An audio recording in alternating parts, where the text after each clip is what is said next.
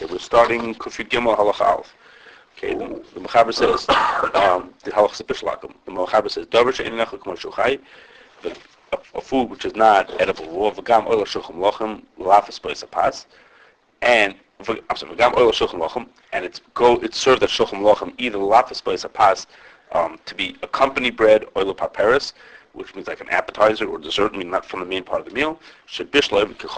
If you have a food like this, which is not edible raw, and it's oil shulchan lochem, and a guy cooked it, I feel b'klei Yisroel, u'b'beis Yisroel, even if you cooked it in the Jews' kalim, so there's no problem of tarfas, u'b'beis Yisroel, mafuki, those who hold that cooking in the beis Yisroel is not bishul hakum, asum shem bishul hakum, it is also because of bishul hakum.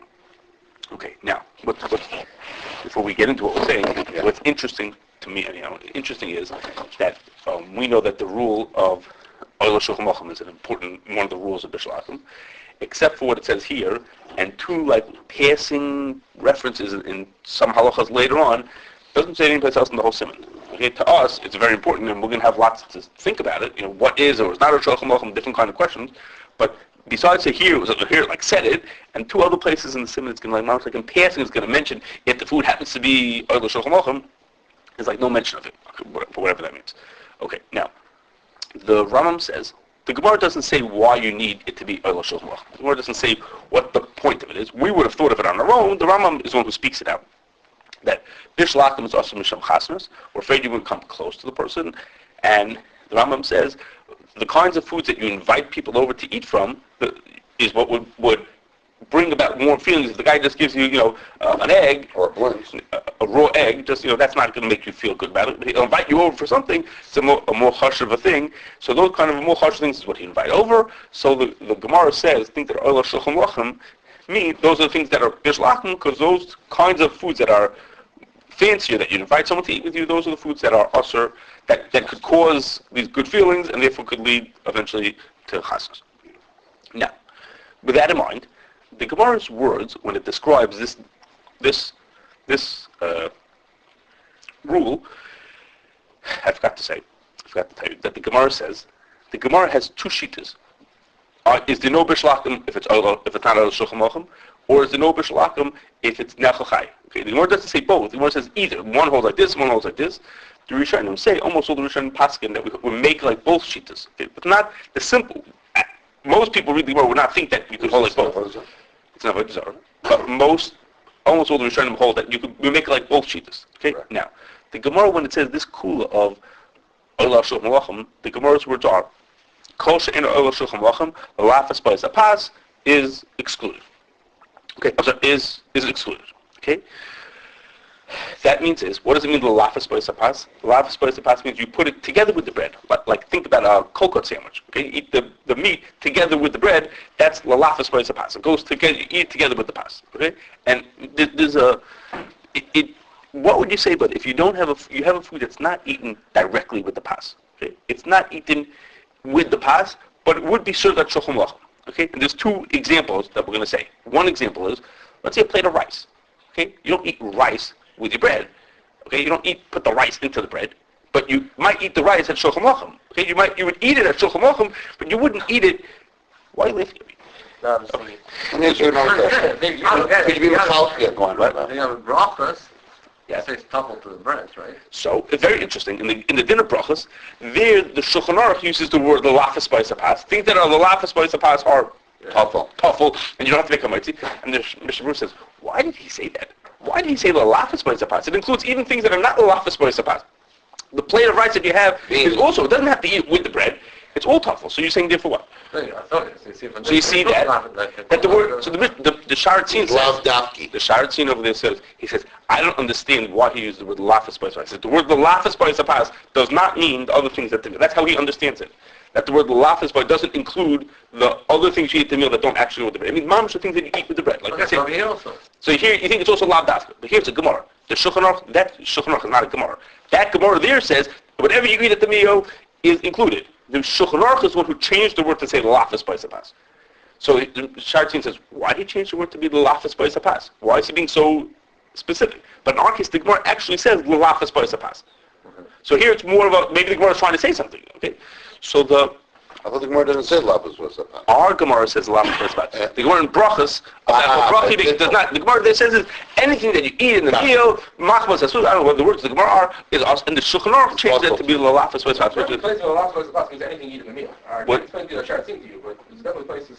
I don't know, Gemara shards or places we shard that say the lapis was pas means anything you eat in the meal. Okay, so I'm not such a bucky, but the Mishnah Berurah didn't take that way. No, you're right. I'm saying you see. From the Shulchan Aruch, it's in Kufay and Zayin, that he would use that word to include it. The Shartzi is not so thrilled with using that word. The question is, over here, is it Badafra? So you say, okay, the truth is, in our Gemara, everybody understands, like what you're saying, that a bowl of rice is also in Bishul, even though you don't eat it mamash lavas b'yisachas.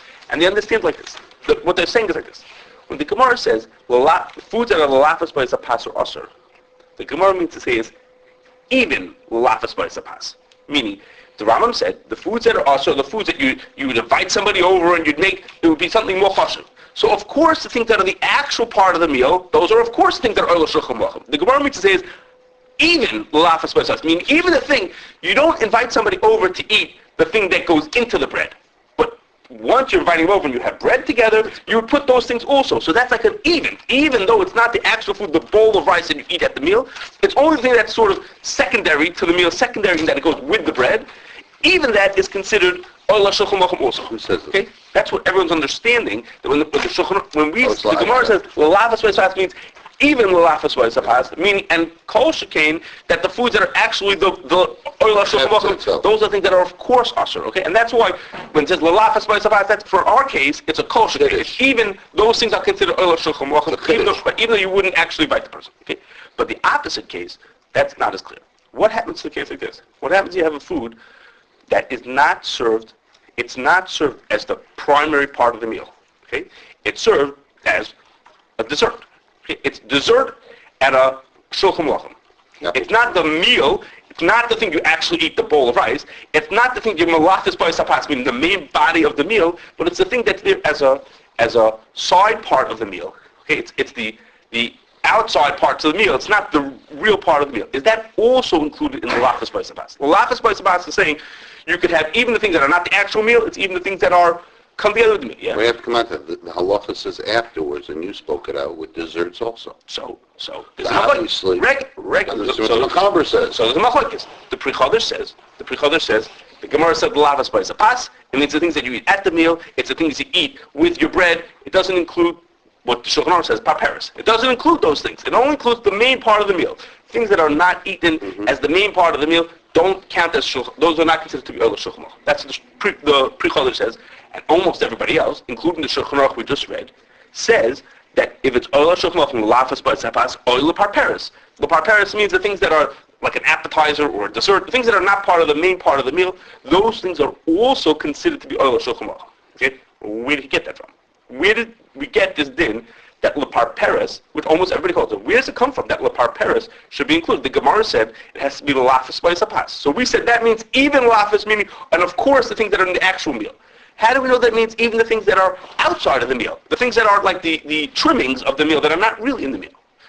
So I think the answer is, I think it's simple, is their understanding. When the Gemara said the Chiddush, lafas b'yisachas, it was telling you that not only the things, the actual meal, the bowl of rice, even the things that are in a way tuffle to the meal, that they go just with the bread, with the main part of the meal, and that telling you that even the things that are with the meal include the things that are with only secondary to the meal for a different reason. They're like the dessert. The dessert is also secondary to the meal, but since at the Shulchan Aruch, these are all the things that get served, they're all being included. So when the Gemara says lafas b'yisachas, that lafas b'yisachas includes the things that are not directly the thing you'd invite the guy over for, but come along with the meal that you'd invite somebody with. Okay? So all those things are included. Okay? Now, the Rishonim don't say that's with I'm sorry. The Achronim are not saying they're getting it from that deek that I just said. They're getting it actually from a deek in the Rambam. The Rambam says that the Gemara says, the Gemara talks about a case, we'll have it in Halacha Hey, I think it is, a guy lit a field on fire, okay, and he burnt down the field, and in the field were some grasshoppers, okay, and in the midst of his destruction of this whole field, he toasted the grasshoppers. Okay? So Shaila is where the Gemara talks about whether that is or is not Bishul because he cooked the grasshoppers. He cooked the Bishul. The Gemara talks about whether it is or is not. Okay? Whatever the Gemara says, that's halacha here, we'll get to that. But the Rambam says, wait a second. Who,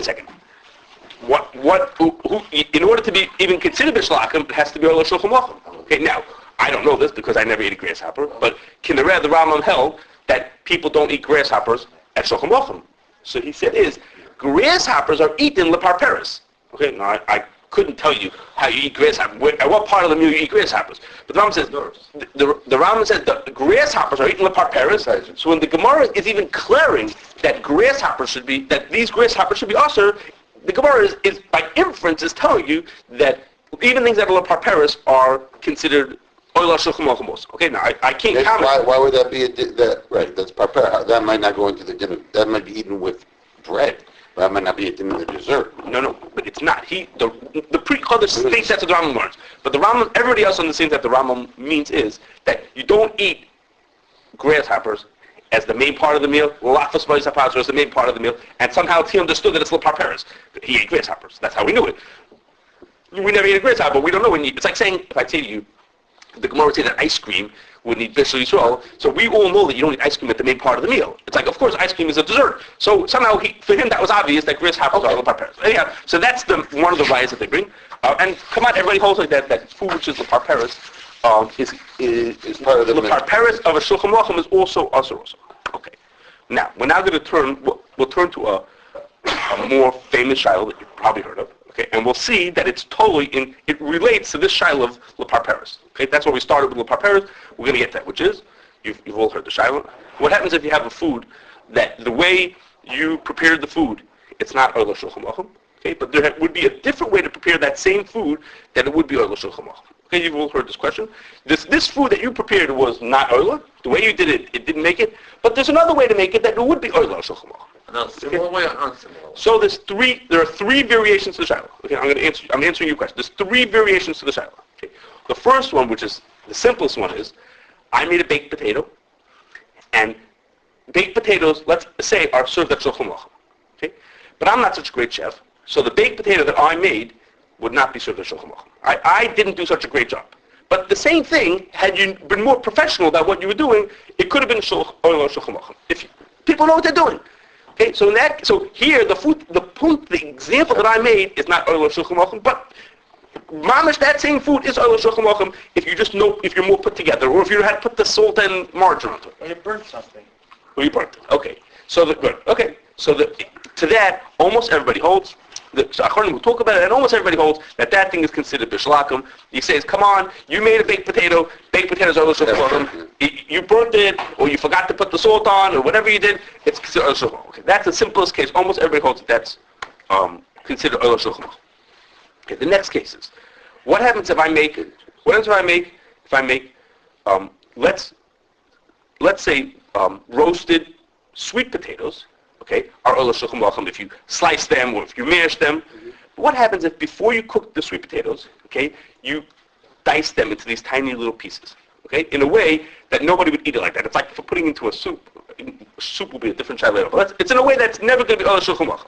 So before you cooked it, you made a roasted sweet potato. You did the same, it's the same kind of a food, but before you started, you did something to it that made it that this is never going to be Oleh Shulchan Aruch. It's not. Now, you mean if I baked it first and then diced it, or yes, if I of course, because if I baked it first, I would have made it usher, and the dicing afterwards is not going to save it. But I did something to it that makes it. Or, the more famous example is, let's say, this is debatable, but let's say there are types of fried potatoes that are Oleh Shulchan Aruch. Okay, let's for argument's sake, say that latkes are Oleh Shulchan Aruch. Okay, let's say there's such thing as fried potatoes. But I made a fried potato. I made French fries. I made what's it called? Potato chips that are not Shulchan Aruch. So what it is in this case is different than the last one. Here I did something, the same basic kind of cooking as the way that's Oleh Shulchan Aruch. I fried it, they fried it. I baked the potato, a sweet potato, they baked the sweet potato, but I did it different so that my way would never be Oleh Shulchan Aruch. Okay, the potato chips are never Oleh Shulchan Aruch, but latkes, let's say, are Oleh, so they're both fried potatoes, but they were done so differently that they're never not like the first case. In the first case, baked potatoes are baked potato, but in this case, it's so different. Okay, so we'll see. We'll see that, as you know, there's some machlokes about this. Most of the American hashgachas are makel about the shaila. Okay, we'll see some of the details about this in a second. But now there's a third question. There's a third example. It's broken. There's a third example. I'm not responsible. There's a third example.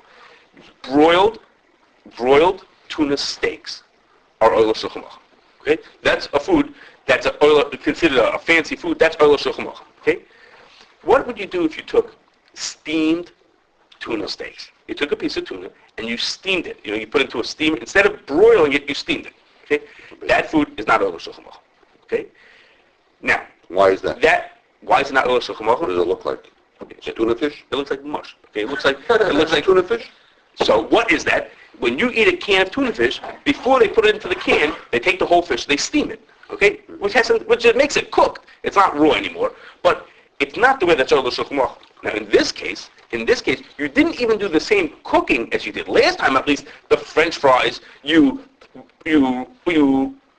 fry potatoes makes Shulchan Aruch. You fry these kind of potatoes, it's not Oleh Shulchan Aruch. Here, broiling a steak makes it Oleh Shulchan Aruch. Steaming it does not make it Oleh Shulchan Aruch.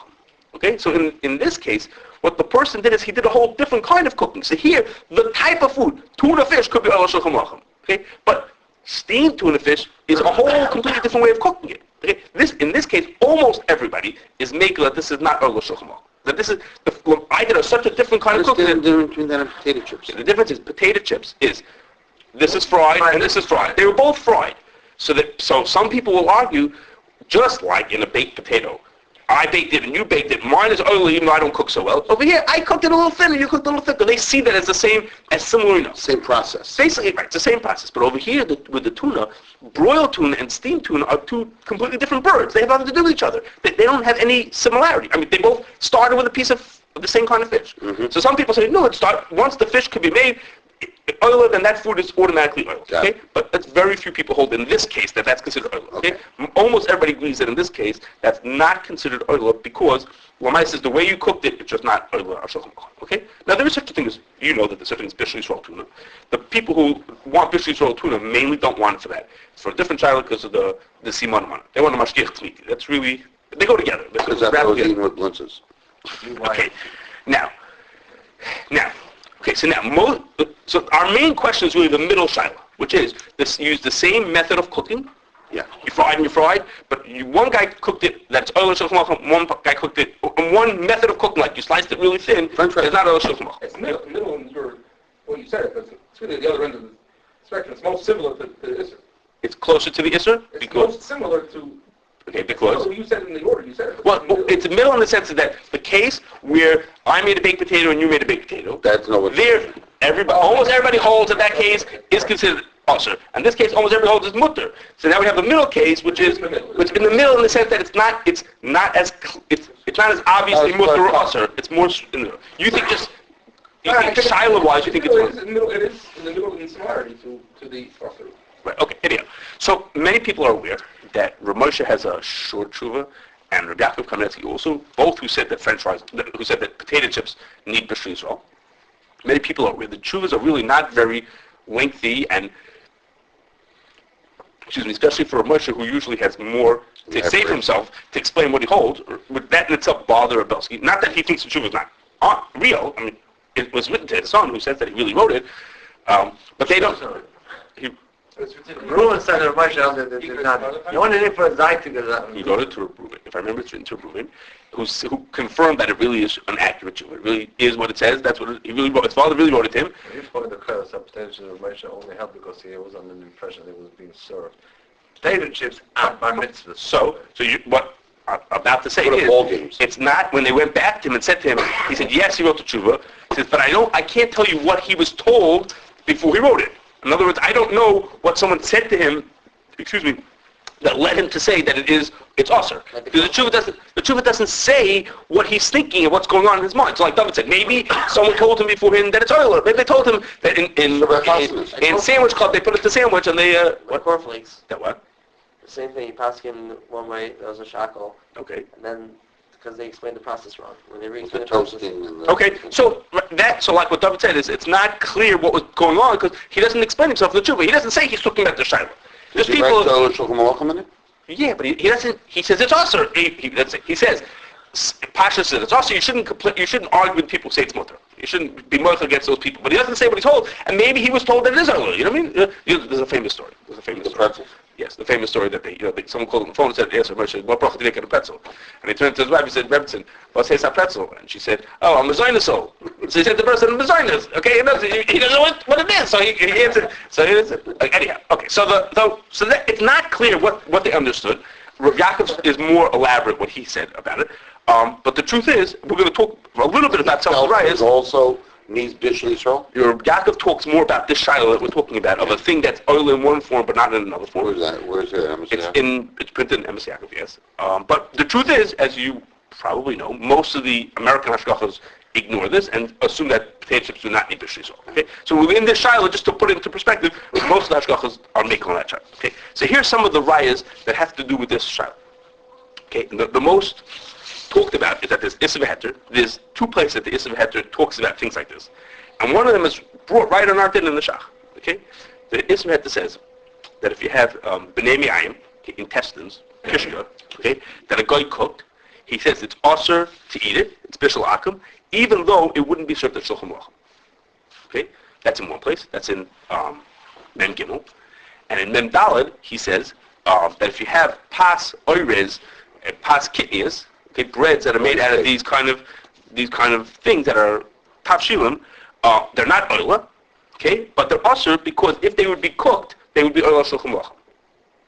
Okay, so these two things, if you listen to what I just said, okay, if you only knew that, those two things that the Isra had to sound like, he's saying it's osur because there's another way to make it that it would be oila shulchan aruch. Therefore, this way is also Oleh Shulchan Aruch. If you would only know what I told you, that would be the simple reason. The Shach brings one of the Shach, and the Pre-Chodesh bring the first one of these that I mentioned to you, the one in Mem Gimel.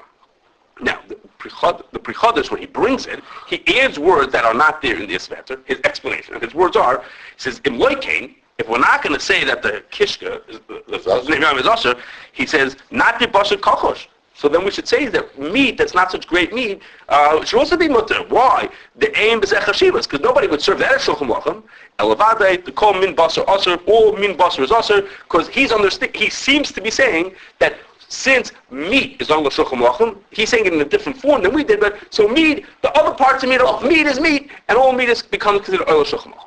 Okay? So it sounds like they're saying that the food could be also, even if the one that I have in front of me, the B'nai Mi'ayim, would never be served at Shulchan Aruch, but since there's another way, or the other part of this meat, or something like that, is Ola Shulchan Aruch, things can be sort of pulled in with it, and they become Osros. Okay, that sounds like the Machmir. Okay? Now, what's the reason to say that this is not right? The Shach brings this, and we said the Pre-Chodesh brings it also. Okay, because if you read the Issa v'Heter, it's not at all what he says. Okay? That's not what the Issa v'Heter says. The Issa v'Heter says, he's talking about whether the first trial that we talked about, we said is that the Gemara says you have to be Ola Shulchan Aruch L'Lafas B'Yis HaPas. So the Issa v'Heter says, well, what about if it's not L'Lafas B'Yis HaPas? Let's say it's just Parperes. What would you say about that? If the food is only Al Shulchan Aruch Parperes, is that also considered Ola Shulchan Aruch? And he says, yes, that's also considered Ola Shulchan Aruch. He says, and therefore, B'nai Mi'ayim are Asur. Because even though you wouldn't serve them at Shulchan Aruch, meaning you wouldn't serve them in the main part of the meal at the Shulchan Aruch, it's also anyhow because it's served with Parperes. Because it's served with Parperes. That's what he's talking about. He's saying food that are served with Parperes are also considered oila, and therefore B'nai Mi'ayim are also because they wouldn't be served at the main part of the meal. It would only be served as an appetizer. Okay, you don't serve kishka at the meal. You only serve at the smorgasbord. So therefore it's a. So he's saying that it's usher, not because since other meat is usher, therefore this meat is usher. He's saying it since it's Parperes, and I hold that Parperes is usher, therefore this food is usher. That's what he's trying to say. Okay. Okay. Now. Okay. The Dayan Falk has a tshuva about this, and in it he says, you read this event however you like to. He says, really the simple reading is what I just said to you. He says, you can read however you want to. He says, but I have to tell you something. He says, the Teres Chatas, that's the Ramah, brings this Issa v'Heter. And guess what the Teres Chata says? He brings this Issa v'Heter and saying this din about B'nai Mi'ayim, and you know what Teres Chata says? He says, we don't pass him like this. The Isra Heter says that this kind of a case is also it's Bishlakim. Teres Chata says it's not true. We don't hold like this. It's not correct. So whatever you think. Why not? Else what then? Else what then we don't know So about that? it's not clear, and Dayan Falk has his explanation. Because the Ramah is not chaylik on this machaber. He brings other. I told you the room. He brings other Isra Heter. He says we don't pass That's like right. this. And he says we don't pass like that. So Dayan Falk says even if you think that the Isra Heter says the Isra Heter is saying that, he says it's not the din like that. And guess what? That Teres Chatas is what's behind a Ramah that we saw many moons ago.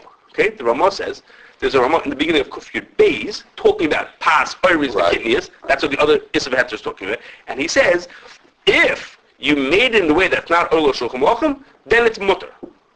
If you did. And the way the Shach understands it is, what the Ramah is saying is that there are different ways to make it. If you make it Oleh Shulchan Lachem, then it's also. If you make it not Oleh Shulchan Lachem, then it's mutter. Because that a big potato that I screwed up wouldn't be chaylik. No, he doesn't mean that you burnt it. He means there's different. Let's say you could Potato chips. Let's say potato chips versus lot. Okay. So the Ramah is saying the way the Shach understands in Kuf Yud Beis is making exactly this point, which is what Dayan Falk says. He's coming to he doesn't hold like this Heter. He's making the point that if there's two ways to prepare the same food, one would be oil and one would not be. What's the din? It depends how you made it. If you made it the way that's oil, it's also. If you made it not oil, then it's mutter. Okay, so the even if you think this Heter holds it, which is really the pashas that he does not hold it, even if this Heter holds it, and maybe the one by Pas Oris is more strong that he holds like that. Even if he holds that, the Ramah makes the point that he does not agree with him. The Ramah is saying, I don't agree with that. It's brought in Shulchan Aruch, and the Shach agrees with that. So what do we? So let's even say to such a shita, it's not negated to us halacha because we don't pass like that. Now, what are you going to say? One last knetch on this. What are you going to say? The Pri Chodesh adds these words on that he says what he means to say is that since meat is Oleh Shulchan Lachem, and therefore all parts of meat have to be also. So the Pri Chodesh seems to be accepting this shita. So Rabbi Binyamin Cohen in the Chilkas Binyamin has an einfall. He says, And therefore, according to him, if I had a potato, any form of a potato should also be us. that's what people want to say. So Rabbi Binyamin Cohen has an einfall. He says, the reason why the Pri Chodesh said that is, if you'll remember, the Pri Chodesh is the one who holds that food which is served with Parperes is not usher. Remember I told you back in the beginning that the Mechaber and almost everybody passes that foods with Parperes is also considered Oleh Shulchan Lachem. And the Pri Chodesh is the one who holds that food that's served with Parperes is not. The Gemara says lafas by pass only things in the main part of the meal, but things that are Parperes are not considered Oleh Shulchan Lachem. So therefore, the Pri Chodesh says, how am I going to pass like the Isra Heter who says that Bnei Mayim are usher? It must be that they're usher because just like all other meat is usher, so this meat has to be usher also because or else we'll have to stop being mechalik. This piece of meat, yes, and this cut, yes, this cut, not. So he had to say this did. But we don't hold like that. Nobody paskins, almost nobody paskins that food that's not Parperes is not Oleh Shulchan Lachem. Since we hold like that, so we can read the Isra Heter like he simply says, which is, since food which is Parperes is usher, so Bnei Mayim are Parperes, and therefore they're usher also. So it's not even like we have to say, oh, but the Pri Chodesh learned it like that. The Pri Chodesh sort of forced himself to learn like that because he held Parperes is not Oleh Shulchan Lachem. So therefore, in order to accept what the Isra Heter said, in order to be able to talk about the basar kachos, whatever it is, he had to hold like that. But everybody else who doesn't hold like that, almost everybody holds that food which is Parperes is considered Oleh. So we could take the Isra Heter, the simple way of understanding it, and the way the Shach and Kuf Yud Beis, and say that food which is the way you made it is not Oleh. But somebody else could have done a similar process and made it Oleh. He could have made a latke instead of a French fry. So since I made it in a way that's not Oleh, that thing is not considered. It's not Bishul.